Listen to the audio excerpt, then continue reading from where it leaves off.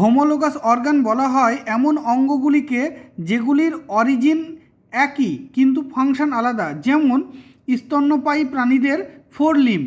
দেখা যাবে কোনো কোনো স্তন্যপায়ী প্রাণীর ক্ষেত্রে ফোর লিম্বটা তাকে উড়ার জন্য সাহায্য করছে, যেমন বাদুড়, কিন্তু অন্য ক্ষেত্রে দেখা যাচ্ছে সেটা সাধারণ হাতই থেকে গিয়েছে মানুষের মতো, যা কোনো কিছুকে ধরতে সাহায্য করে।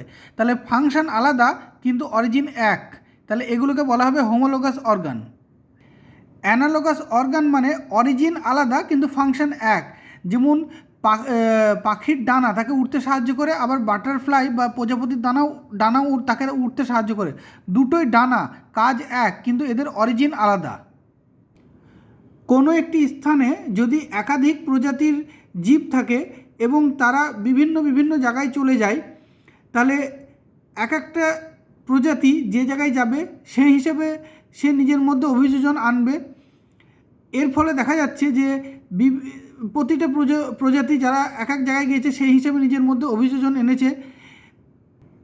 এর ফলে দেখা যাচ্ছে প্রতিটি প্রজাতির মধ্যে আলাদা আলাদা অভিযোজন এসেছে বা পরিবর্তন এসেছে, কিন্তু তারা একসময় একটা জায়গাতেই ছিল।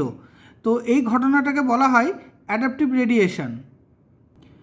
যখন একটা এলাকাতে দুটো আলাদা প্রজাতির জীব আসবে, কিন্তু সেই এলাকাতে সারভাইভ করার জন্য বা বেঁচে থাকার জন্য দুটো আলাদা প্রজাতির জীব একই রকমের অভিযোজন বা পরিবর্তন দেখাবে, এই ঘটনাটাকে বলা হয় কনভার্জেন্ট ইভলিউশন।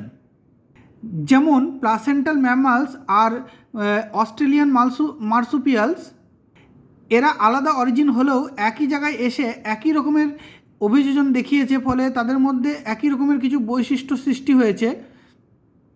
ল্যামার্ক বলেছিলেন, আমরা যখন কোনো বৈশিষ্ট্য অর্জন করি তখন সেটা আমাদের সন্তানের মধ্যে চলে আসে এবং পরবর্তী প্রজন্মের মধ্যে ছড়িয়ে যেতে থাকে। এটাকে বলা হয় inheritance of acquired character.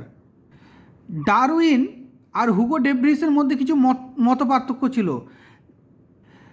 Darwin মনে করতেন পরিবেশ হিসাবে জীবের মধ্যে পরিবর্তন ধীরে ধীরে আসে, যেমন জিরাফের গলা ধীরে ধীরে লম্বা হয়েছে, কিন্তু হুগো ডেভরিস মনে করতেন না, একটা মিউটেশন হয় এবং পরিবর্তন হঠাৎ করেই আসে।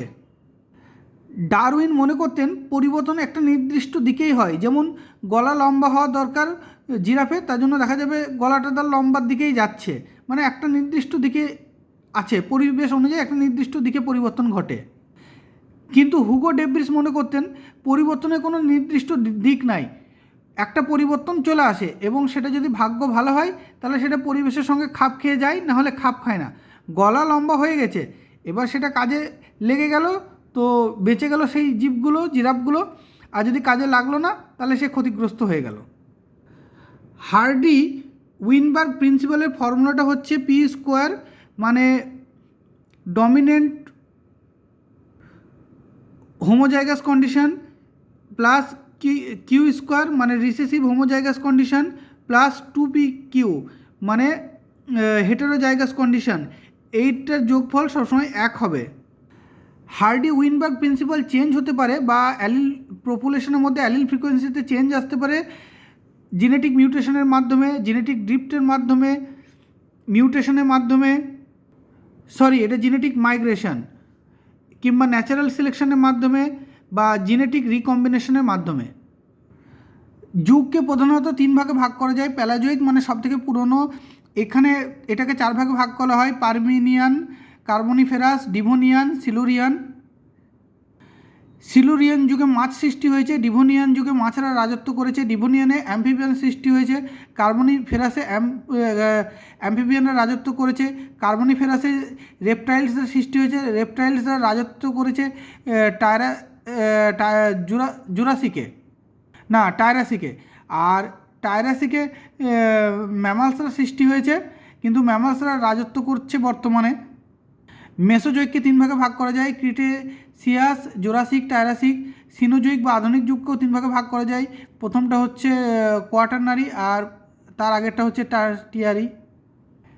ঠিক একইভাবে গাছেদের ক্ষেত্রে সিলুরিয়ানে জিমনোস্পার্মরা জন্ম নিয়েছে, ডিভোনিয়ানে তারা রাজত্ব করেছে, জিমনোস্পার্মরা জন্ম নিয়েছে। টেরিডোফাইট, কার্বনিফেরাসে টেরিডোফাইটের রাজত্ব করেছে, ব্রায়োফাইটেরা অরিজিন করেছে।